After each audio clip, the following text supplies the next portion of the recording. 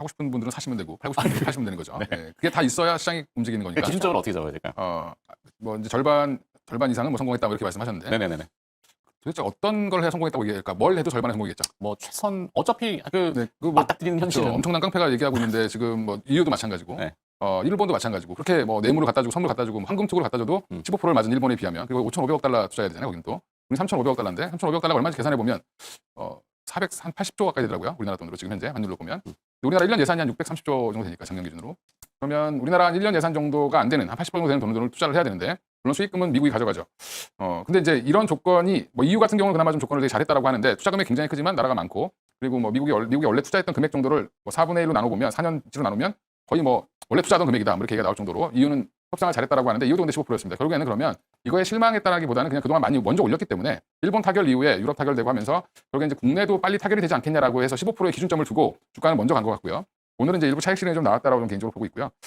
지금 오늘 그러면 시장이 되게 좋을 거다. 아침에 새벽부터 뭐 이제 이렇게 글을 올리시는 분들이 많으셨는데 네. 기대를 하시는 분들이 항상 기대가 클 때 주가는 생각보다 안 갑니다. 그러니까 이 알래스카 얘기도 없는 걸 보면 사실은 알래스카는 그럼 일본이 개발하는 걸로 지금 결정이 된 것 같고 여러 가지로 우리 보면 타결 내용에 LNG를 구입한다는 얘기만 있는데 그게 알래스카 건지 아니면 같이 개발해서 구입을 하는 건지 아마 개발을 했다라고 하면 트럼프 대통령이 먼저 얘기했을 가능성이 높은데 네. 그 얘기는 없는 걸로 보면 어떻게 보면 저는 성공을 했다. 그런 게 만약에 안 들어가 있다라고 하면 물론 세부 내용은 또 한미 정상회담을 하면서 또 발표한다라고 하니까 알래스카가 예. 좀 뭐 수익성도 불확실하고 또 밑빠진 독에 물 붓는 거기 때문에 그렇죠. 피해가고 싶은 마당에 내용은 지금 안 들어가 있는 것 같다.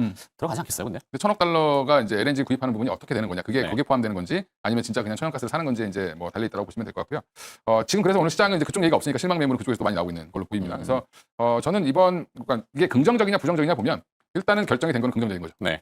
예. 현대차 회장님이 제일 힘든 게 뭐냐면 15% 관세가 아니라 정해지는 게 중요한 거죠. 그렇죠. 또 뭐 90일 유예 이러면 90일 동안 또 소갈이 해야 되니까. 예, 대책을 만들면 되니까. 그러면 이제 15%면 원가 절감하고 뭐 잘 팔면 되겠죠. 그죠? 그리고 일본의 0.25 뭐 이렇게 적다 뭐 이렇게 많다 이렇게 얘기하시는데 어차피 똑같이 15%죠.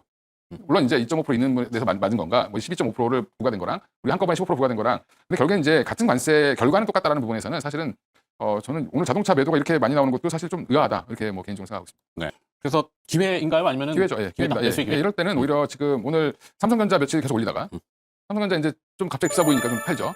예, 이제 테슬라 효과 이제 끝난 건지 아니면 뭐 그러면 삼성전자 팔아야 되냐?